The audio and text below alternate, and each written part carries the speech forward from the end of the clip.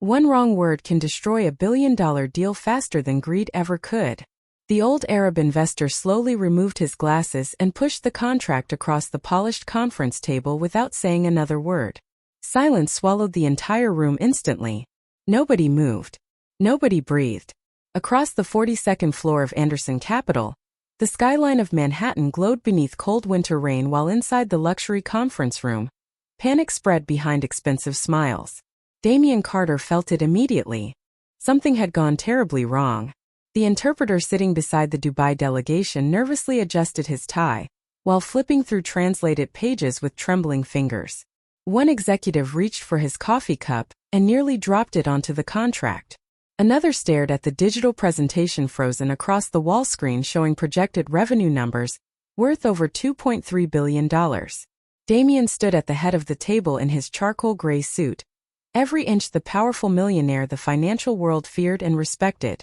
But at that moment he could feel control slipping through his hands. "There appears to be a misunderstanding," the interpreter said carefully, forcing a weak smile toward the investors. The older Arab man finally looked up. His silver watch reflected softly beneath the chandelier lights. "No," he replied in calm English. "There is disrespect." The room froze even harder. Damien's jaw tightened. Months of negotiations. Endless private flights between New York and Dubai. Legal teams working through weekends. Investors waiting for this merger to stabilize Anderson Capital, after the company quietly lost hundreds of millions during an overseas expansion mistake no media outlet knew about yet. And now everything was collapsing because of words. Beautiful, expensive offices meant nothing when trust disappeared. Outside the conference room, assistants hurried through marble hallways carrying tablets and espresso trays, while television screens silently flashed stock market updates in red across financial channels. Nobody beyond those glass walls understood that an empire was seconds away from disaster. Nobody except the young waitress standing near the back of the room refilling water glasses. Emily Parker lowered her eyes quietly while adjusting the silver tray in her hands. Black uniform. Simple ponytail. Almost invisible beside billionaire executives and international investors. That was how people usually saw her. Temporary. Forgettable. Safe to ignore. Yet the moment the interpreter translated the investor's last sentence, something inside her chest tightened instantly. Because that was not what the man said at all. Emily had heard the original Arabic clearly, while pouring sparkling water near the end of the table. The investor had not accused Damien of disrespect directly. He had warned him about trust. There was a difference. A dangerous difference. But nobody else in the room noticed. Damien stepped forward carefully. "Gentlemen, I assure you Anderson Capital values this partnership deeply." The interpreter repeated his words in rushed Arabic. Emily closed her eyes briefly. Wrong again.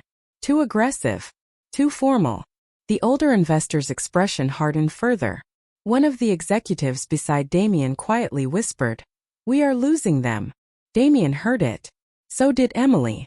Rain tapped softly against the skyscraper windows while silence stretched painfully across the room.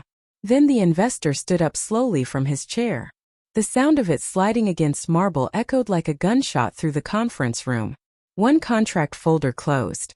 One movement. $2.3 billion slipping away. Emily's fingers tightened around the tray. She should stay quiet. This was not her world anymore. Not after everything that happened 3 years ago. Not after hospital bills destroyed her family. Not after she traded international conferences and university lecture halls for late-night diner shifts and subway rides home with aching feet. She promised herself she would never step back into rooms like this again. But then she looked at Damien Carter. Really looked at him. Beneath the perfect suit and cold billionaire reputation was something she recognized instantly. Exhaustion. Fear hidden behind pride. The same look her father carried during the final months before the medical debt swallowed everything they owned. Emily inhaled slowly. Then, before she could stop herself, she stepped away from the wall and spoke softly into the silence. "That is not what he meant." Every head in the room turned toward the waitress. Every executive in the conference room turned toward the waitress as if she had just interrupted a royal ceremony. Emily stood frozen near the back wall holding a silver tray against her chest while cold rain streaked down the skyscraper windows behind her. For one painful second she regretted speaking at all. The interpreter frowned immediately. "Excuse me?" he asked sharply. Emily swallowed carefully but kept her voice calm. The investor did not accuse Mr. Carter of disrespect. Silence. Complete silence. Damien Carter slowly turned toward her, his dark eyes narrowing slightly with confusion and curiosity. The older Arab investor watched Emily closely now, studying her expression instead of the legal documents scattered across the marble table. Emily could feel every pair of eyes in the room pressing against her. Expensive watches, tailored suits, people with power, people who never expected wisdom to come from someone carrying water glasses. The interpreter straightened his tie defensively. "Miss, I am certified by Roth International." Emily nodded politely. "I am sure you are." Her tone remained soft, respectful, but she did not step back. "Then perhaps you should know the phrase he used refers to broken trust between families, not business disrespect." One executive blinked hard. Another slowly lowered his coffee cup onto the table. Damien's expression shifted almost instantly. The older investor finally spoke again in Arabic, this time more slowly.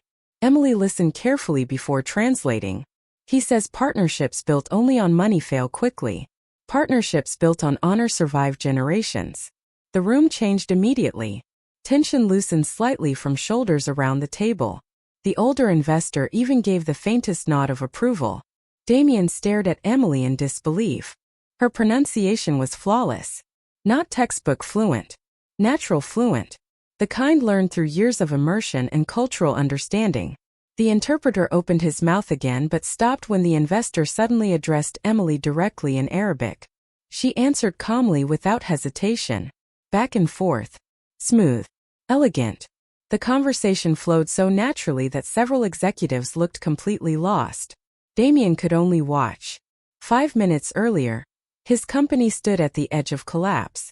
Now the same investors who were preparing to leave had relaxed back into their seats because of the quiet waitress nobody noticed until she spoke.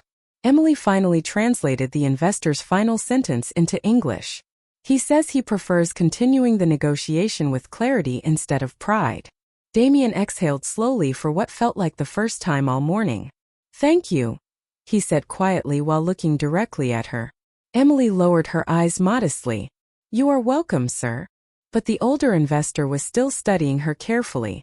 Then in English he asked, "Where did you learn Gulf Arabic?"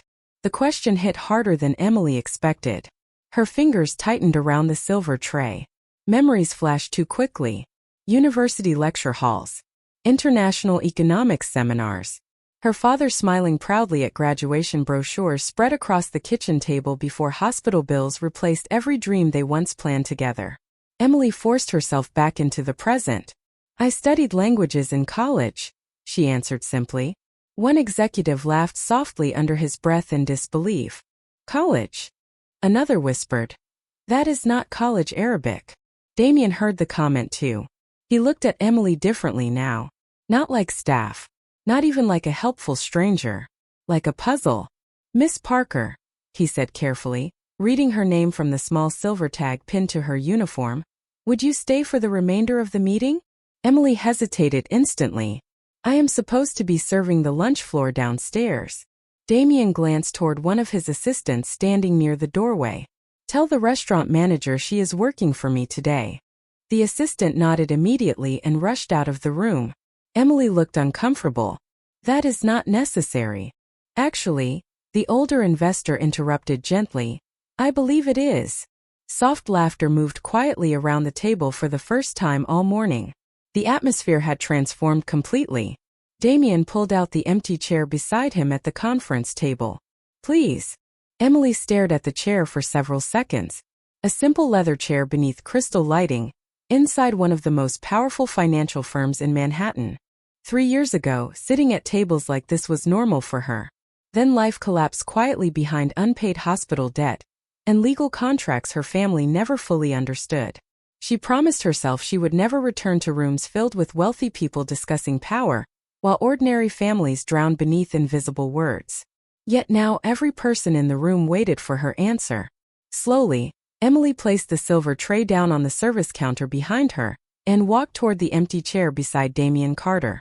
Emily sat beside Damian Carter at the far end of the massive conference table, while rain rolled softly against the skyscraper windows behind them. The leather chair beneath her still felt unfamiliar, almost unreal. Just 40 minutes earlier she had been carrying sparkling water between tables downstairs, pretending not to hear wealthy people discussing numbers larger than most families could imagine. Now those same executives kept glancing toward her every few seconds, as if the waitress somehow held the entire negotiation together.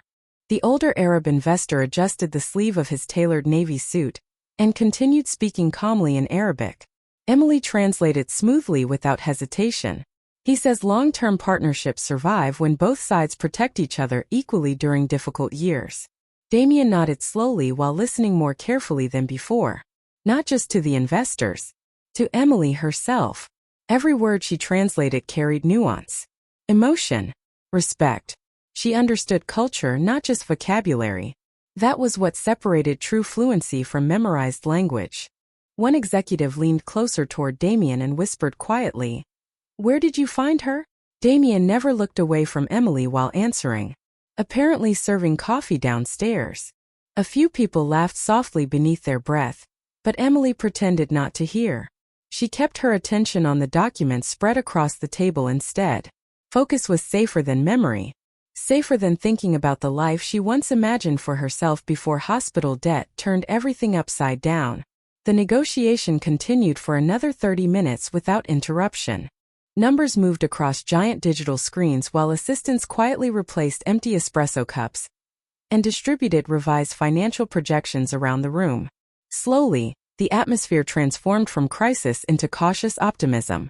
Damian could feel it happening. Investors who nearly walked out now leaned forward with interest again. Smiles returned carefully. Pens touched paper. Then one younger executive from Anderson Capital ruined everything. "With all due respect," he interrupted confidently while flipping through the contract pages, "the translation issue was clearly just a misunderstanding. Nothing serious." Emily froze instantly. Across the table, the older investor's expression cooled. The room shifted again. Subtle. Dangerous. Damian noticed it immediately. The executive kept talking. "The important thing is that we are all businessmen here. Numbers matter more than emotions in the end." Silence followed. Emily slowly lowered the contract folder in front of her. She had heard that sentence before. Years ago. Different room. Different wealthy men. Same arrogance. Damian's jaw tightened. Even he understood the mistake this time. But before he could speak, the older investor calmly responded in Arabic. His voice remained polite, yet something sharper moved beneath the surface now. Emily translated carefully. "He says men who believe money matters more than honor eventually lose both." The room fell silent again. The younger executive looked embarrassed immediately. Damian turned toward him slowly. "Leave us." The executive blinked. "Sir." Now. No raised voice. No anger. Somehow that made it worse. The executive gathered his papers quickly and exited the room beneath the eyes of every person at the table. Silence lingered after the door closed. Then Damian looked toward the investors directly. "Please accept my apology." Emily translated his words into Arabic with gentle precision. The older investor studied Damian for several long seconds before finally nodding once. Tension eased slightly again. Damian leaned back in his chair afterward and quietly exhaled. Then he glanced sideways toward Emily. "You knew exactly what he was about to say before you translated it." Emily kept her eyes on the contract pages. Because people usually reveal themselves before they realize they are speaking. Damian stared at her. There it was again. Another sentence too wise for someone the world dismissed as ordinary. The older investor suddenly smiled faintly and addressed Emily directly once more. She listened carefully before her expression softened for the first time all morning. Damian noticed immediately. "What did he say?" Emily hesitated briefly before answering in English. He said his daughter also studied international economics before taking over part of his family business. The investor nodded proudly. Then he added another sentence in Arabic while looking directly at Damian this time. Emily translated quietly. "He says intelligent women are often underestimated by arrogant men, until the moment those women save them." Soft laughter moved around the room again. Even Damien smiled faintly despite himself. But beneath the laughter, something else settled inside him. Shame. Because the investor was right. If Emily had remained silent today, his empire would already be collapsing. And until this morning, he probably would have walked past her without ever learning her name. Emily lowered herself carefully into the leather chair beside Damien Carter, while every executive in the room watched her with visible disbelief. The polished conference table reflected crystal lights above stacks of contracts worth more money than she could imagine earning in 10 lifetimes. Her black waitress uniform suddenly felt painfully out of place beside tailored suits and luxury watches. Yet strangely, Emily looked calmer than most people around her. Damien noticed that immediately. "Would you like coffee?" he asked quietly. Emily almost smiled at the irony. "I think I have served enough coffee for one morning." A few nervous laughs moved softly around the room, breaking the tension for the first time since the negotiations began collapsing. Even the older Arab investor smiled faintly before speaking again in Arabic. Emily listened carefully, then translated smoothly. "He says humility is rare among powerful people." Damien leaned back slowly in his chair while studying her profile beneath the conference room lights.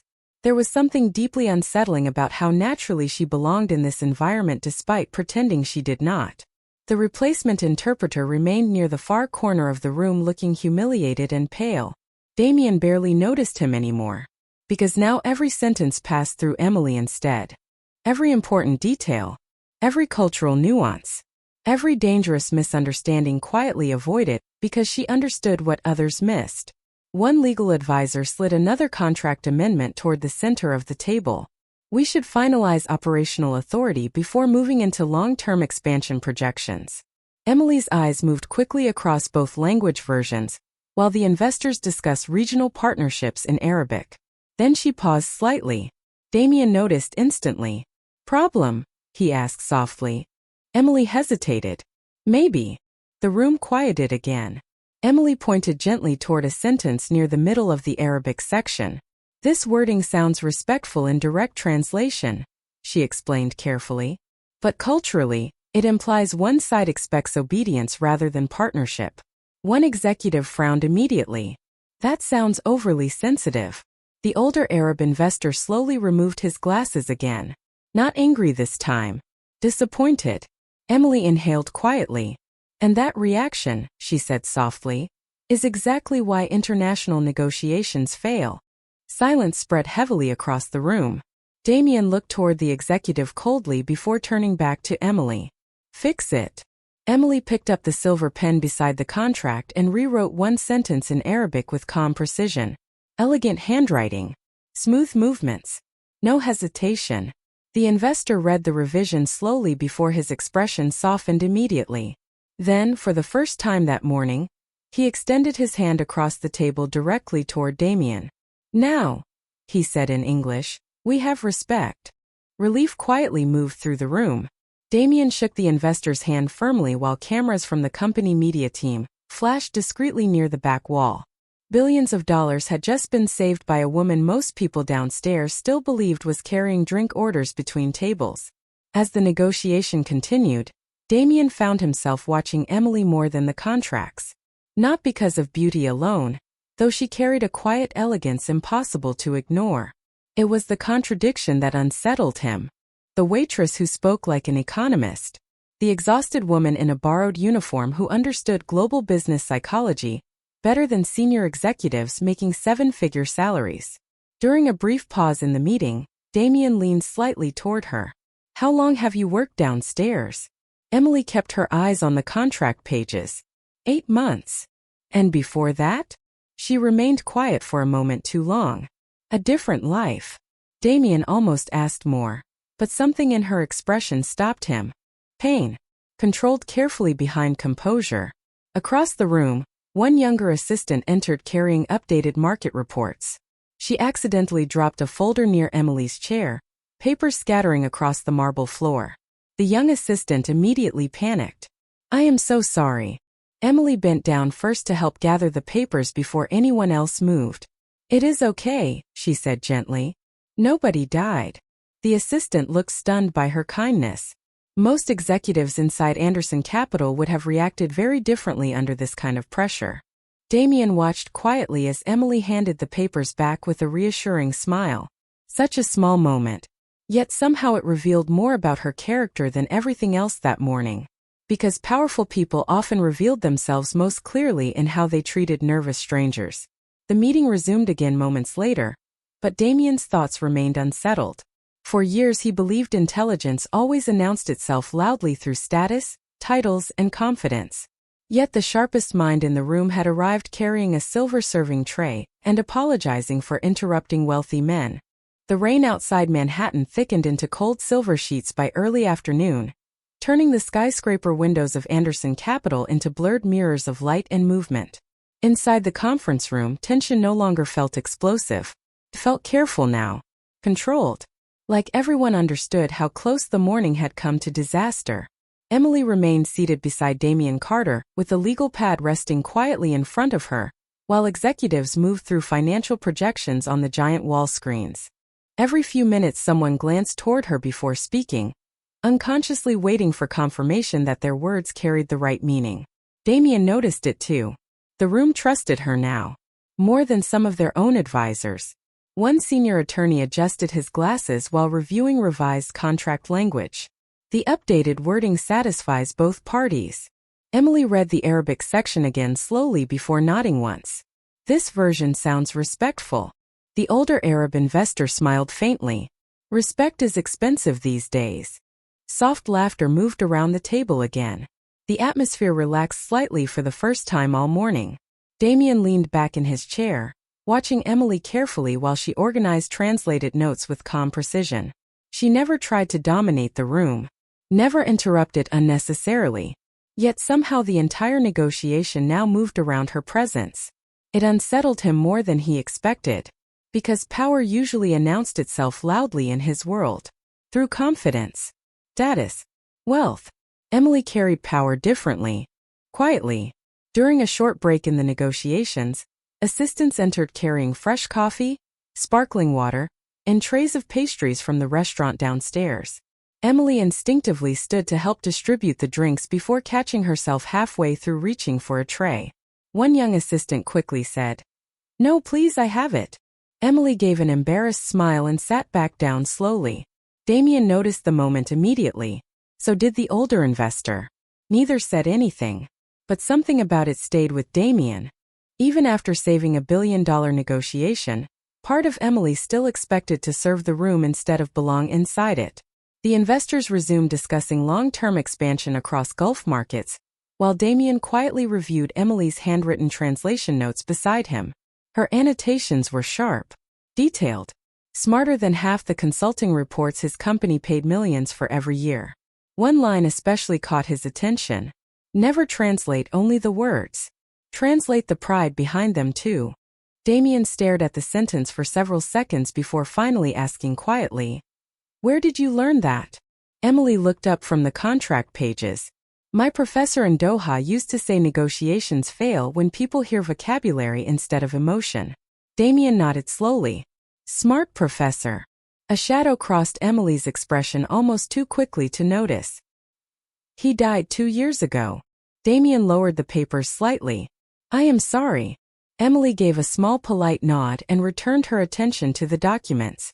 Again Damien felt that strange sensation around her.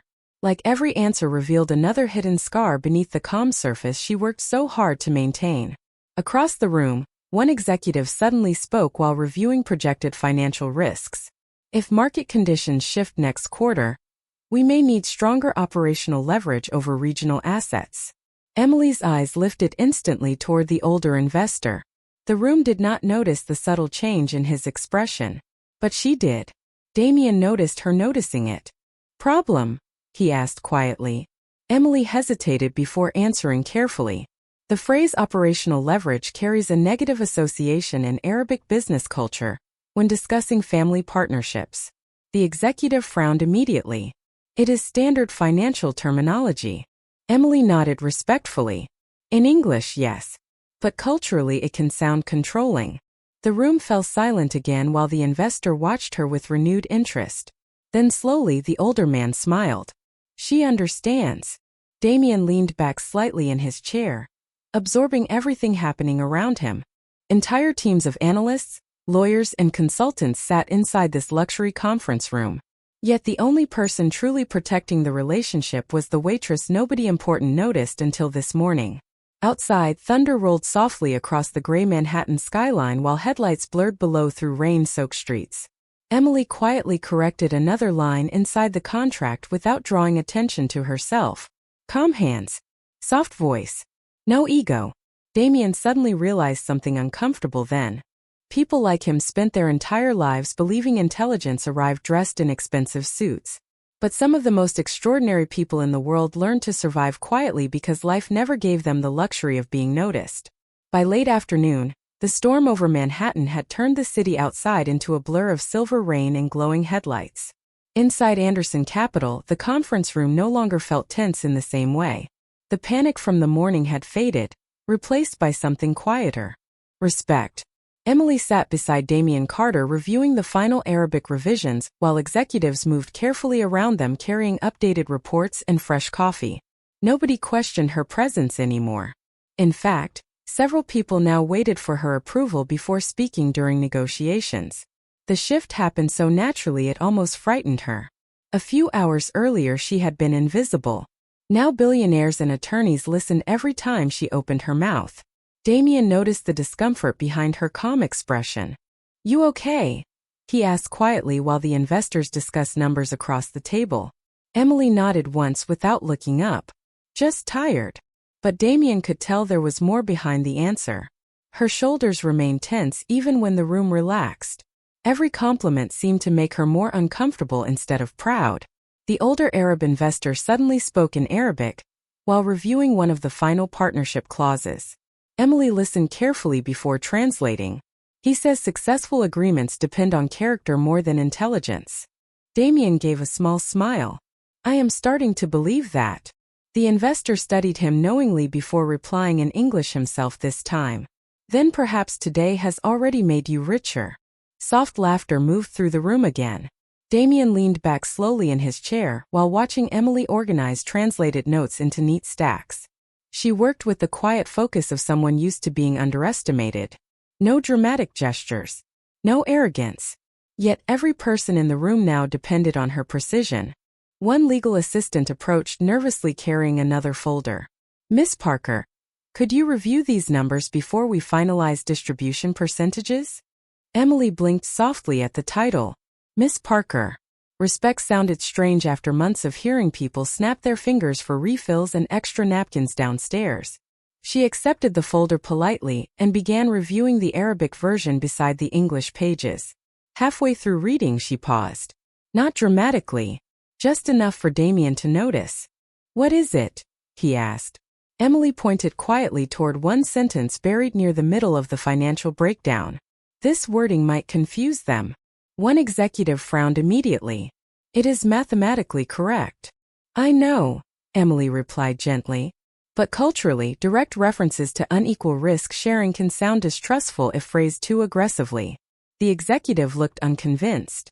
Damien did not. "Fix it," he said calmly. Emily adjusted only 2 lines. Just 2. When the revised wording reached the investors, the older man smiled almost immediately. "Much better." The executive who doubted her lowered his eyes in embarrassment. Damien watched the exchange silently. That was the moment he truly understood her gift. Emily was not simply translating language. She translated pride, emotion, fear, respect. The invisible human meaning wealthy people often ignored while chasing numbers. Hours later, the final agreement was nearly complete. Assistants quietly placed champagne bottles near the sideboard in preparation for celebration once signatures finished. Rain continued tapping softly against the giant windows overlooking Manhattan, while the city lights slowly awakened beneath the darkening sky. During a brief pause, Damien looked toward Emily again. "You ever miss it?" She glanced up. "Miss what?" "Your old life." Emily grew quiet for several seconds. Around them, executives discussed projected market growth while pens scratched softly across legal paper. Ordinary sounds inside extraordinary rooms. Finally she answered. "Sometimes." Damien waited. Emily stared toward the rain-covered skyline beyond the glass. But missing something does not mean you can go back to it. Her voice remained calm, though something heavier moved quietly beneath the words. Damien understood that feeling more than he expected. Because despite all his money, there were parts of his own life he could never return to either. Simpler years. Before power turned every relationship into negotiation. Before success taught him to question everyone's motives. Across the table, the older investor suddenly looked toward Emily again and spoke carefully in English. "You know something important, young woman?" Emily met his eyes politely. The older man smiled gently. The people who survive losing everything often become the wisest people in the room. Silence settled softly after his words. Emily lowered her gaze modestly, but Damien kept watching her. Because for the first time in years, he realized intelligence alone was not what impressed him most about Emily Parker. It was the fact that life had every reason to make her bitter, yet somehow she remained kind anyway.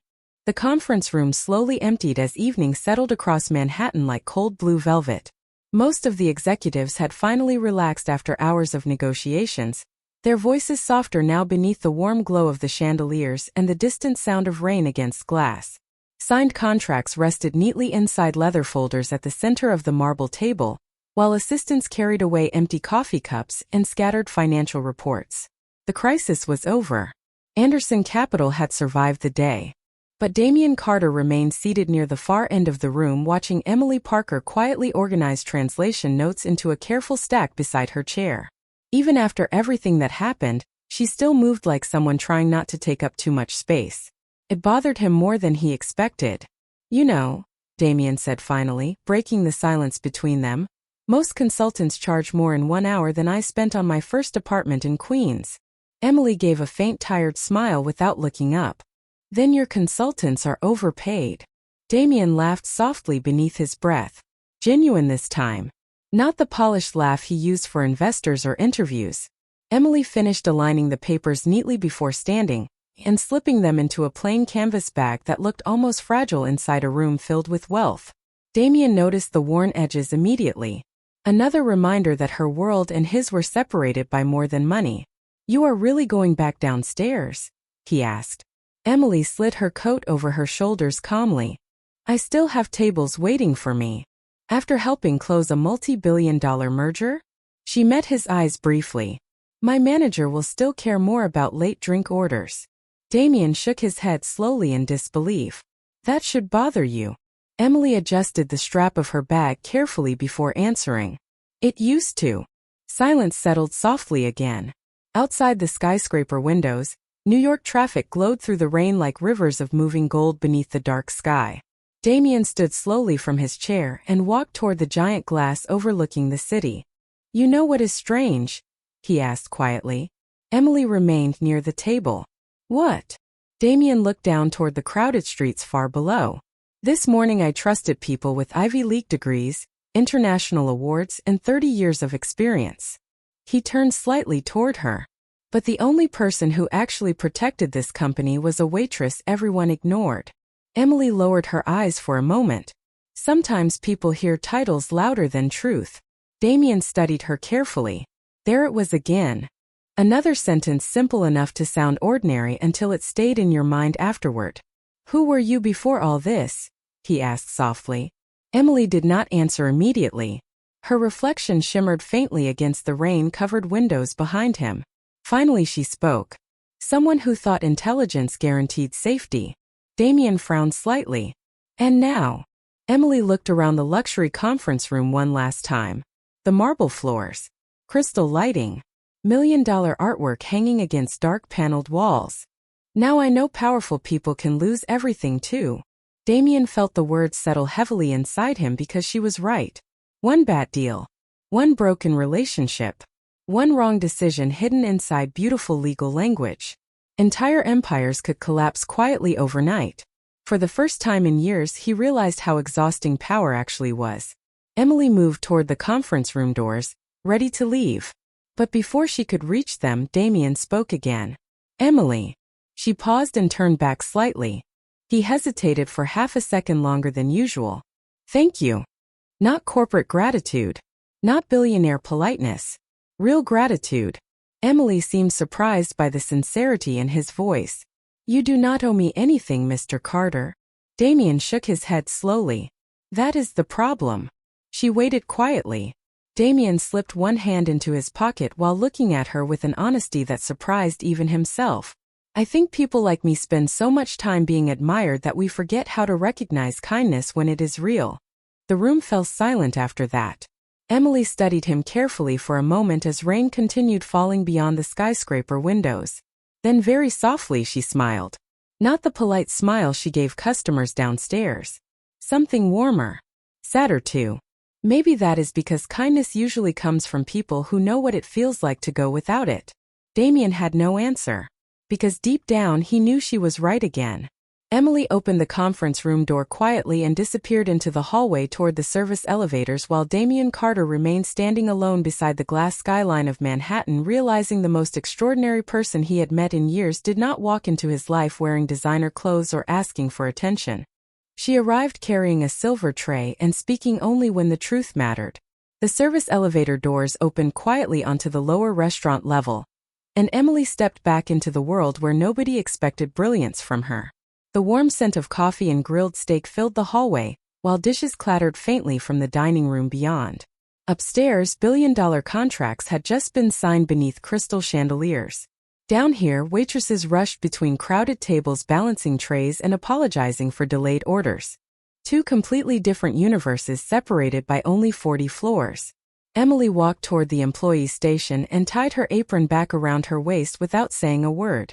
One of the younger waitresses looked up immediately. There you are. Mr. Holloway has been furious. Emily nodded calmly. I know.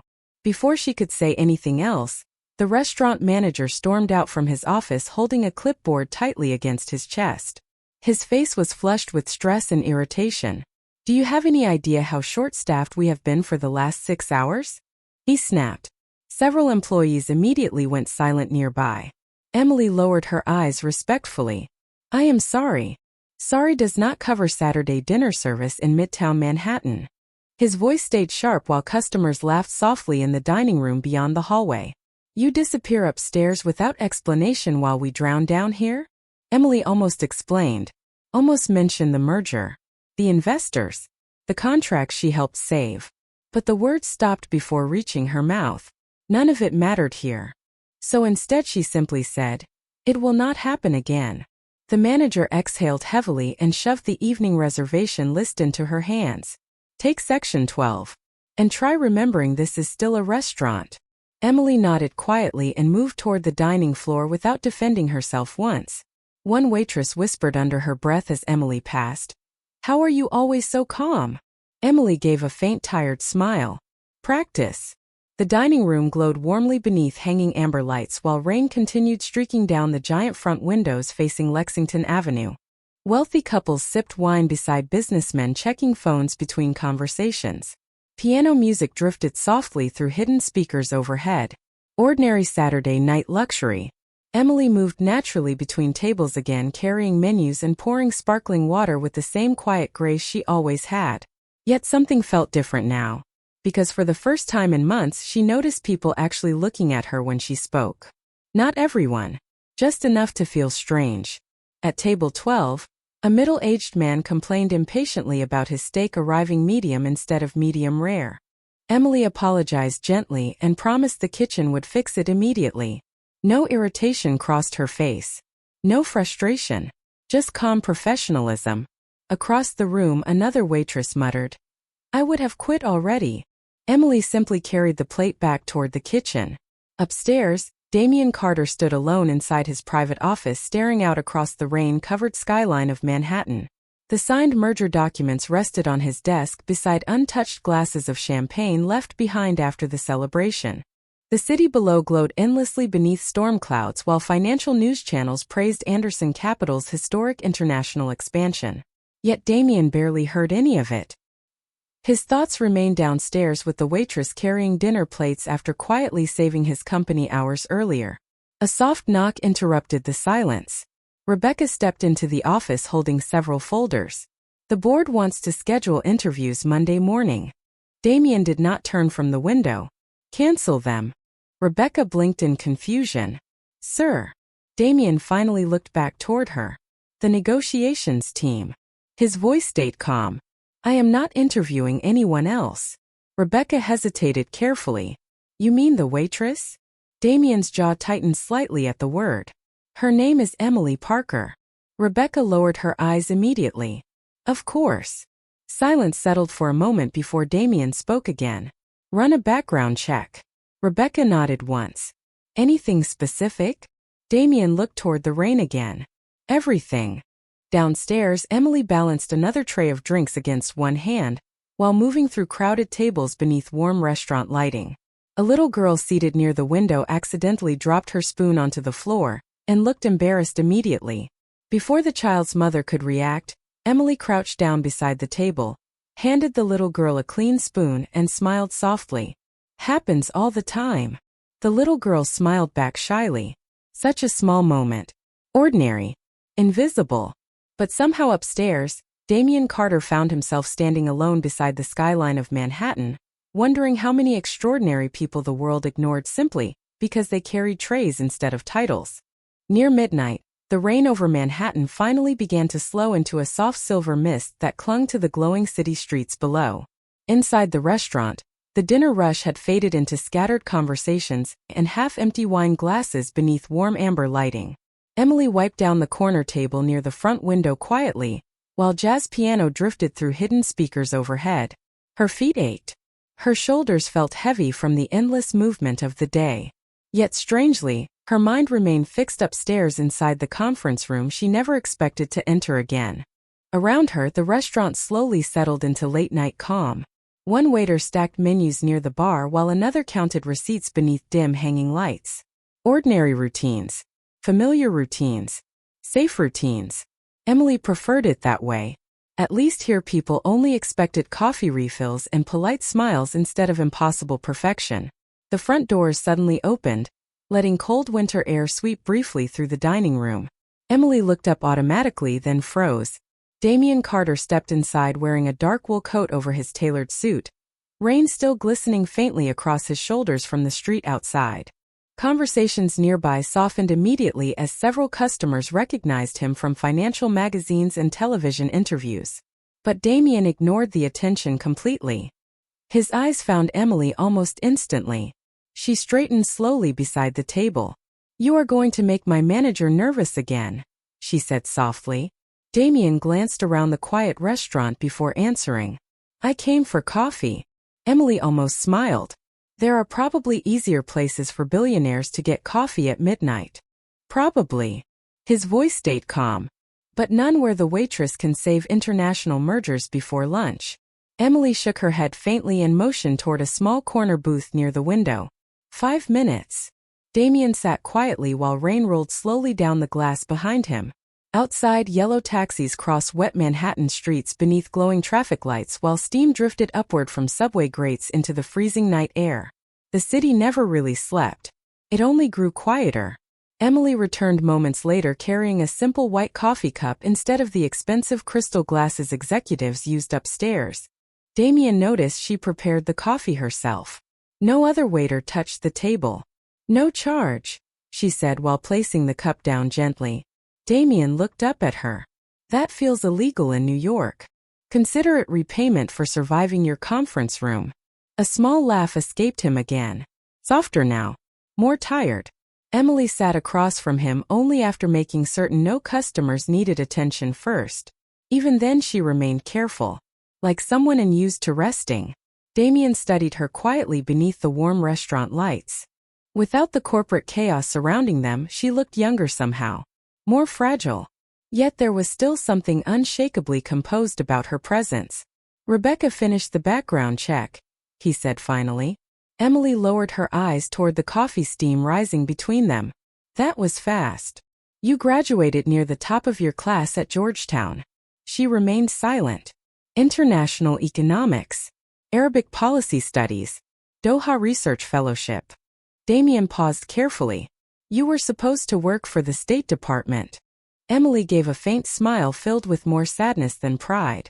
Life had other plans. Silence settled softly between them again while dishes clinked quietly somewhere behind the kitchen doors. Damien looked down into the black coffee for a moment before speaking again. You know what bothered me most today? Emily looked up slightly. What? Damien leaned back against the booth slowly. Not that everyone underestimated you. His eyes met hers steadily now. It is that I probably would have too. Emily did not answer immediately. Outside, a police siren echoed faintly through distant Manhattan streets before disappearing again into the night.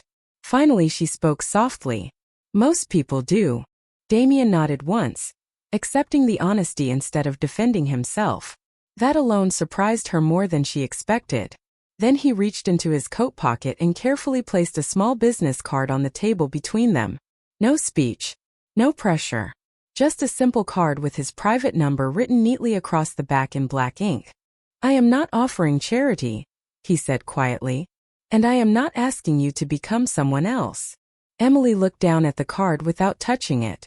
Damien's voice softened slightly. I just think the world loses something valuable when people like you decide they have to disappear. The restaurant fell quiet around them. Warm lights. Rain-stained windows. The smell of coffee drifting gently through the air. Emily stared at the card for several long seconds before finally sliding it slowly into her apron pocket. Not acceptance. Not rejection either. Just possibility. Damien stood afterward and placed a few bills beneath the untouched coffee cup despite her protest. Then he moved toward the front doors before pausing one final time beneath the soft golden light above the entrance. You were right about something earlier, he said without turning around. Emily waited quietly. Damien looked out toward the rain-covered Manhattan streets. The most dangerous thing about powerful people is how easily we stop seeing ordinary lives. Then he stepped out into the cold New York night while Emily remained standing silently beside the window, realizing that for the first time in years, someone had looked at her and seen more than survival.